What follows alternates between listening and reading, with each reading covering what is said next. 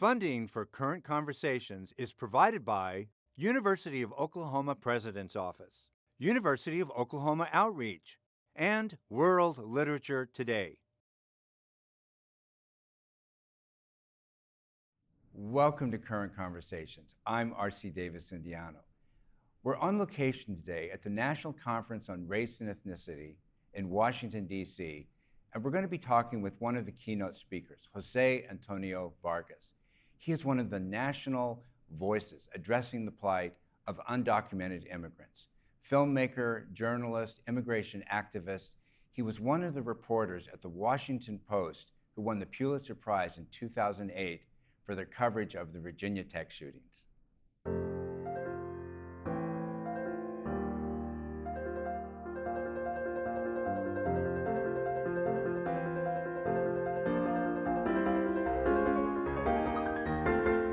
Jose Antonio Vargas, thank you for making this time to talk to us here.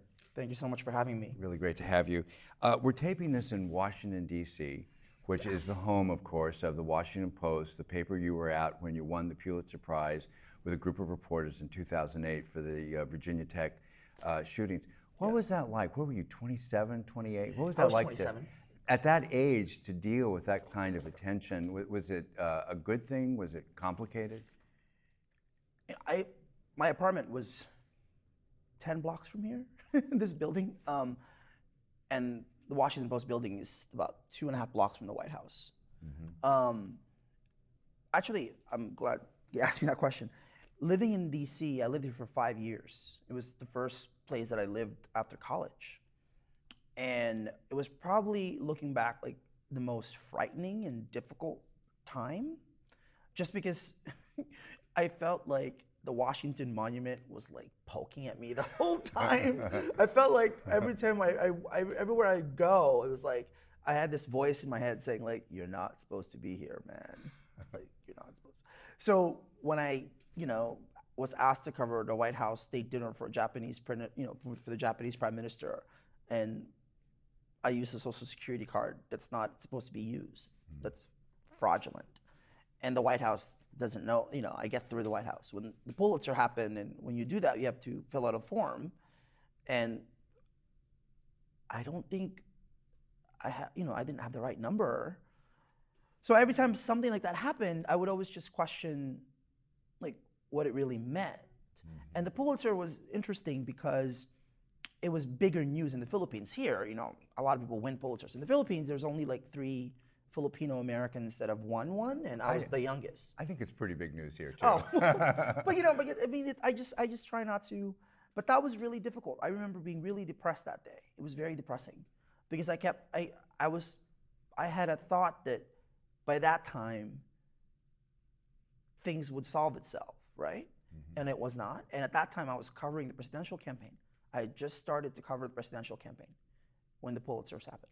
And, here I am following Sarah Palin around in Ohio and on Hillary Clinton's plane in Texas and, peeing myself when I see, it was really difficult. And I think that's when what's the word for it? That's when I think I started to realize that it was really unsustainable. Like I couldn't sustain it, right? That at some point I was gonna crack. It was either someone was gonna find out or I was gonna just crack. Now you're getting into what I was going to ask you about next. Your undocumented status. Yeah. Okay. So not having papers. So after you won the Pulitzer Prize in 2008, 2011, you write a groundbreaking essay for the New York Times Magazine about your status. Yeah. A year later, you're on the cover of Time Magazine. You write a follow-up piece about the same thing. Shortly after that, you do a film called Documented. Yes. So you're really choosing to go right at the thing that is producing all the stress. I mean, you're not avoiding it, you're just throwing yourself right in there. Was that a difficult decision to make it part of who you were as a reporter? As a reporter, I've been a journalist since I was 17. I found that I was undocumented when I was 16. I became a journalist a year after. And the only reason was that my name could be on a piece of paper. That was the only reason. Mm-hmm. I didn't like writing. I still don't like writing. I find writing to be the hardest thing to do. So, but when your name is on a piece of paper, it means you exist, right? So that's why I did it. That's why I keep doing it. But now that I'm in a position where I have to really face myself and grapple with myself, it's so funny. I thought I was, fighting for pieces of papers. I thought I was fighting for immigration reform and changing the law, which I am. I mean, that is what we're doing. But more than that, all I'm really trying to do is like face myself and figure out what happened, Yeah, And I think that's true for all of us, right? And so I think I've just been, in many ways, I think where I am now is using every possible skill I have as a writer, as a filmmaker, to insist on making this specific universal, right? Which is the goal of any writer, to insist on specificity to get at the universal truth. I think you're modest. I think a lot of people would not have just gone right into the lion's cage the way you did with writing those pieces. Well, did you think you would get arrested? I thought of a lot of things. I mean, but mind you, like between 2008, when the Pulitzer happened, 2011, that's 3 years. 3 years of, when my career just kept, I was writing for the New Yorker. I just made my first film, premiered at Tribeca Film Festival. Like it was going up and up and up, and it was either I leave, because I did think about self-deprecation. I did think, okay, maybe I can't do this, right? And not just me. I mean, I have a family, right? I wasn't sure my grandmother can handle this. I wasn't sure my mom, right? It wasn't just me. It was an entire, family and friends. And so I wasn't sure. But then when I made the decision to do it, you either go all the way or you don't do it at all. It must have been surprising because there was so much stress making this decision. You're trying to deal with a personal situation. And then after a while, the very thing that's giving you the stress is the way of your writing. I mean, nobody had ever been so bold as you, just to be so public by winning such a big award and then use the limelight to say, I'm undocumented, let's deal with these issues. Let's use me as case in point. That's pretty interesting. It's so funny you say it like that. I didn't think of it that way. I thought of it as, for me, the center was just not holding. There was something in me that I couldn't keep going, right? I had just hit a point where it was like, it's either I stay quiet or I scream as loud as I can. Yeah. What should happen with immigration laws? Do you have a kind of take on that? Well, now that I have done with Define America and making 2 films in the past almost 4 years now, I have done more than 400 events in 45 states in nearly 4 years. What I can tell you is I don't think we should agree or get to any solution on immigration in this country until we all together have the facts. I, for one, and as a taxpayer, because undocumented people pay taxes, and for you as a taxpayer, I would like to think that we don't want to spend a single more cent on a border that will never be secure. We as a country since 9/11 have invested $100 billion in securing a border. What is that really about?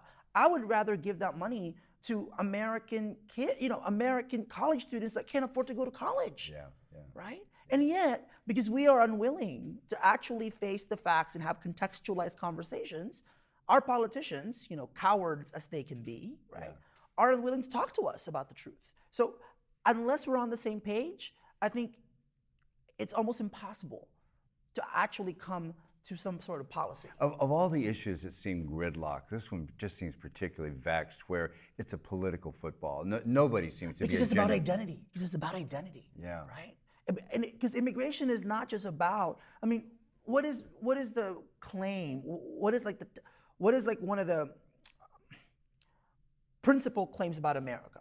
That we are a country of immigrants. That we are all immigrants. Yeah. I'm sorry, has anybody talked about this to Native Americans and African Americans brought here through slavery? Yeah. No, we are not all immigrants, right? I mean, there's so much myth and so much kind of baggage that we haven't really unpacked. And I think immigration gets at the points of all of that. Yeah. It's about race, it's about class, it's about laws in a country that you could argue, was founded unlawfully. So I mean, it's really, it's a lot. One of the great sociologists, I'll give him his credit since World War II, Samuel Huntington. He wrote that book, Who Are We? I read that book. It goes really to the heart of what you're talking about, because he's just so against the influence of immigration. He doesn't want to see any more Mexican Americans here. And you get the impression, I want to ask you this as a question, are people like that holding on to this notion of a kind of Anglo-Protestant purity that has to be protected. I mean, it's totally bogus, but is that what they're holding on to? Yes. And you know what? What I've learned is a lot of it is fear. A lot of it is, look, like, you know, what you call me says a lot more about you than what could possibly say about me. Yeah. Right? And so when as I've traveled around the country, one fact that is so crucial that we don't even really acknowledge, in the past 15 years, 70,000 manufacturing plants have closed all across the country, many of them in white working class towns. People lost their jobs left and right, white working class people.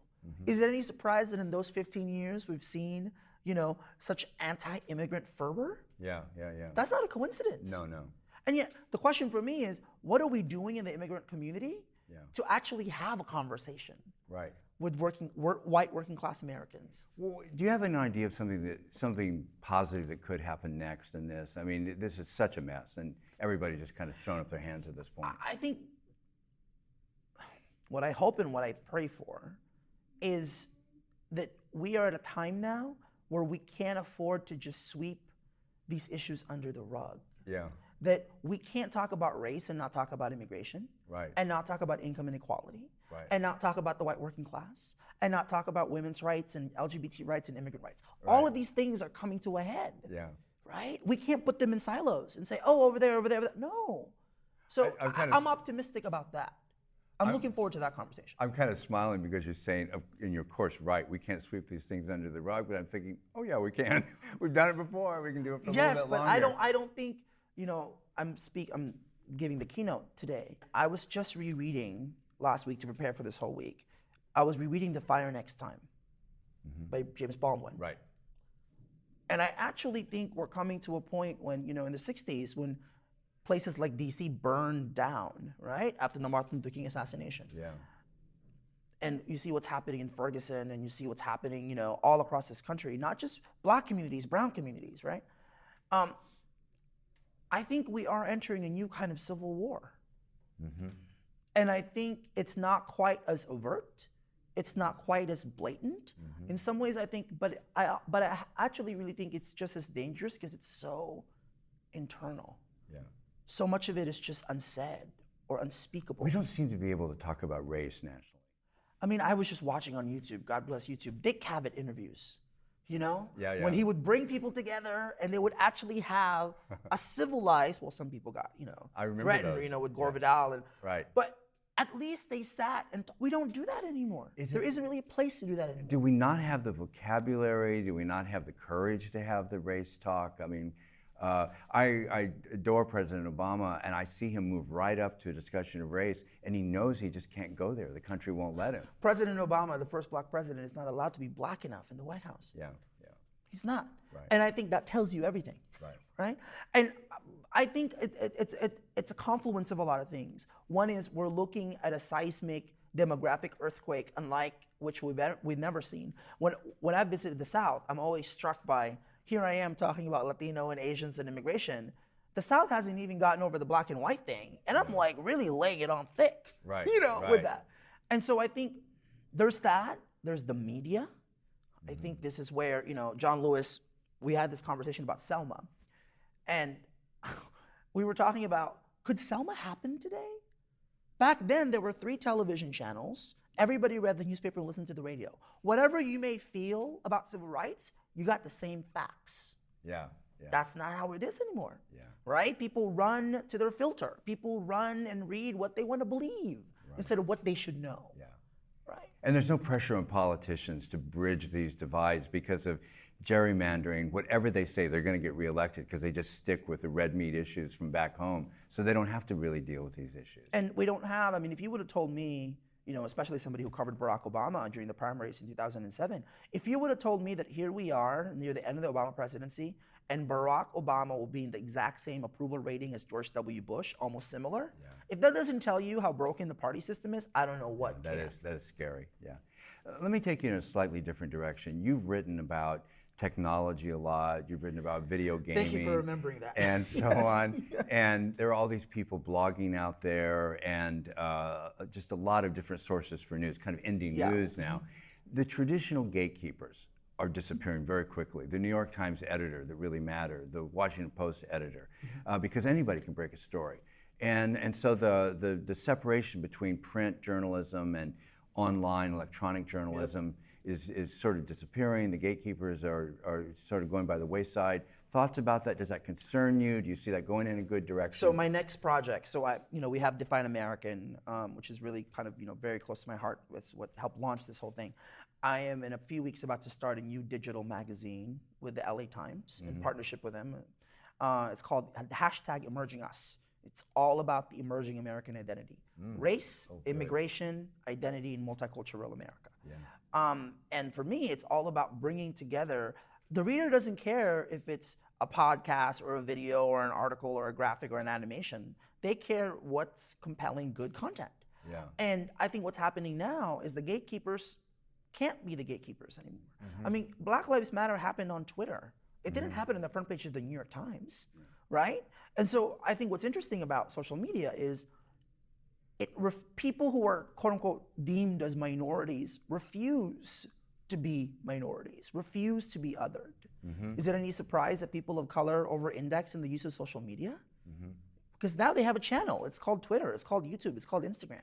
So I think that's really fascinating. Let me press the point though, because I think there's still another issue here. You're a very high-level reporter and recognized and accomplished and all that. And one of the things you have to deal with is the verifiability of facts. Yes. Somebody could argue there's a drift in America away from information-based decision-making. Oh, of course. People don't bother to get information anymore. They go with something they kind of half overheard and they're off with it. I mean, I'm sure you're just disturbed. But that's why editors matter more than ever, right? Okay. Like you have to really, to me, what I find really interesting is people blame social media for people's stupidity. Don't blame social media, blame yourself. Yeah. One of my friends said, Facebook makes me depressed. Oh man, you got a lot of depressing friends. Don't blame the technology. Yeah. All the technology is doing is exposing what's always been there. Yeah. Right? Well, there was an article in the New York Times saying how racist Twitter is. No, Twitter is not racist. You're racist. Yeah. And you're using Twitter. Yeah. So I just think that's an important point to kind of really make. And this is why I love, actually, I don't think this has been done. I bet you, if somebody did a study, I'm sure BuzzFeed will do this as I'm saying this. If somebody did a study of all the reporters in Washington, D.C. and who they follow on Twitter, I bet you what would it reveal is that they all just follow each other. Yeah, absolutely. They're all in their little cocoon. Yeah. Right? And so much of it is spin. There's not very little reporters actually out there on a beat. They're just taking stuff It's harder now because you really have to be vigilant about figuring out what's true and what's not. But I think the fact that the gates have been opened and that I can hear more voices, I just, as a journalist, as a storyteller, man, this is the golden age of storytelling. I hope I'm not distorting what you're saying, but I think what you're saying is that the traditional gatekeepers are gone, but we still need gatekeepers of some kind. We may have to reinvent it. It's a transition point. I was lucky enough to grow up, my first job as a 17-year-old reporter was I was answering phones and I was like the one helping put glue on the paper. So I grew up in that era. The feeling of a paper, you know. I feel like we're in this transition point where we're figuring out what is this going to look like. Nothing has been settled yet, which makes it really exciting. Yeah.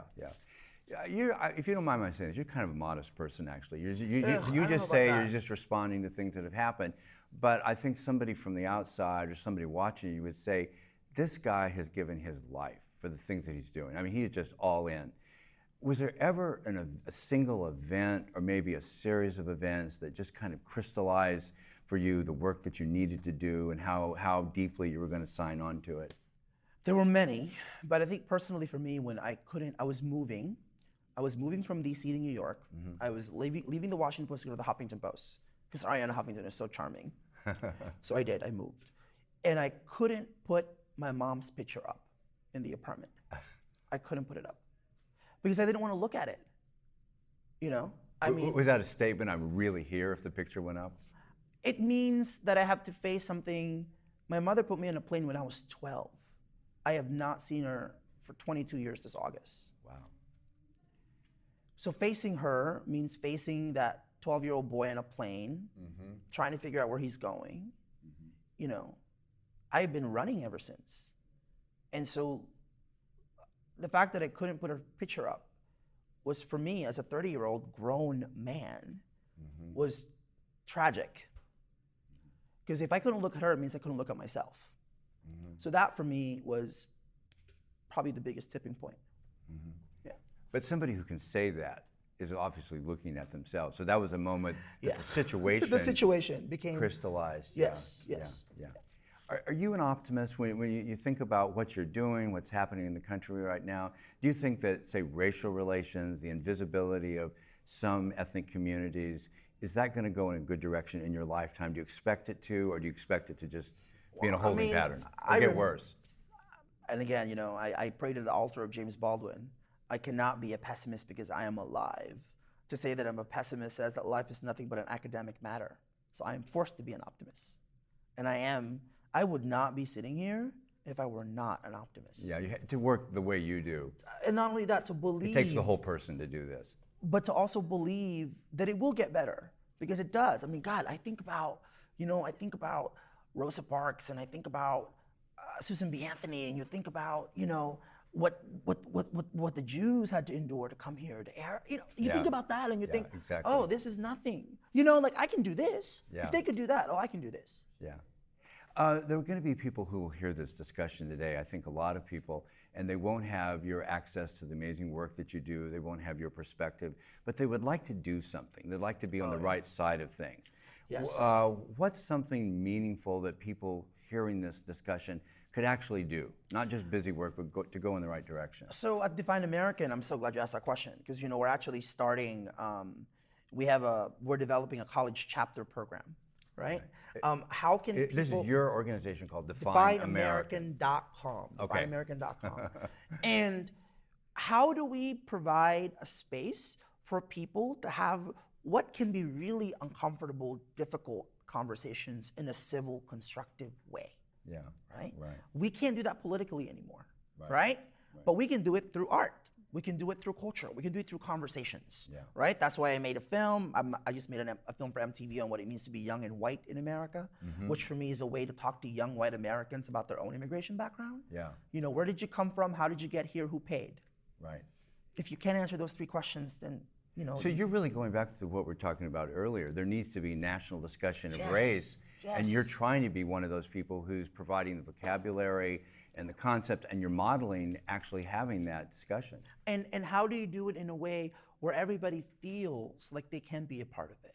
That it's not only for, I don't think we can have a conversation about race in this country anymore and not include white people. Yeah. That's over. Too often in this country, whenever we talk about diversity, we don't include white people in the conversation. Yeah. It's people of color talking amongst ourselves, usually about white people. Right. So we can't do that anymore. We have to talk together, right? There's too much political correctness. There's that as well. So I think it's important, it's imperative that we do that. So at Define American, we're actually forming a college chapter program. So I would ask you to please go to defineamerican.com and you'll find information there. But the kind of thing that you're talking about is really valuable, but aren't you going to come to a few dead ends if there isn't some political change as well? I mean, if the politicians still represent us. See, I thought so. I thought that too. I thought, this is too basic almost, right? Have a conversation. But I gotta tell you, now that I've traveled the country to the extent that I have, as a reporter, right? I mean, I am a reporter at heart, and I'm so glad that I've traveled as much as I have, because I can tell you, man, that the sense of disconnection is really deep. It's deep. People disconnected from other communities? From other communities, even from the facts, from other communities, even from themselves. And there isn't really, I find it really, for me, most fulfilling when I talk to conservative Tea Party Republican groups, and they're like really confused. They don't understand why I am the way that I am. Or, oh, you're not Mexican. I'm like, no, not all undocumented people from Mexico. That, right?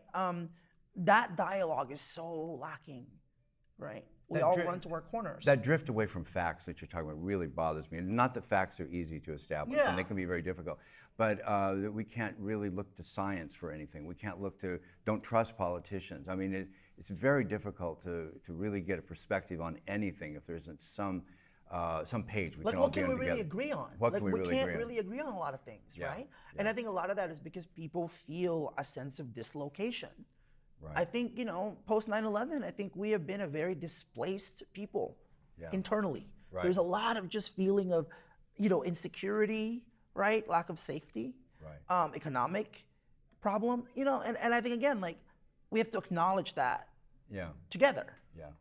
You've accomplished so many things as a reporter at a pretty young age that are kind of milestones people hope to get in their lifetime. Where do you go from here? I mean, what's the undone thing as a professional, as a public person? Maybe you have a role that's difficult to define now. You're not just a reporter, you're a lot of things. I am a lot of things. What's that undone thing? Maybe that kind of secret thing that you're going to tell us and the people who are listening that you would still like to get to out there, that you would just love to accomplish? Professionally, God, it's so interesting. 4 years ago, around this time, I was planning to come out. I was talking to lawyers, 29 lawyers, figuring this out, and everybody prepared me for the worst. Mm-hmm. And I prepared myself for the worst. If you would have told me 4 years into this that I would actually be myself, that I would be doing everything I want to do, I would have told you were nuts. Yeah. So professionally, that's not really the big concern. The big concern is, how am I going to really, what does being free really mean, right? Mm-hmm. Like, I can't wait when I get to leave the country. I love this country, but man, I want to go. They think I'm Mexican. I really want to go see Mexico. Want to see Canada, of course, to see my mom in the Philippines. Is there going to be a kind of fateful trip back to the Philippines at some point? Yes, and I don't think I'm going to film it. People have asked me, are you going to? No, I think it's going to be a personal thing that I will, my sister, when she was born, I was there. She's about to be 24. I left when she was 2. Yeah. There's a lot of catching up to do that Skype and Facebook can't take care of. Yeah. Jose, thank you so much. Jose Antonio Vargas, thank you so much. You were willing to go so many places with us today, and I really any question appreciate you can that. ask. Thank you so much. Thank you so much. It was wonderful having you here. Thank you. And I'm so glad that you could be with us today. Please join us next time for more current conversation. Thank you for watching.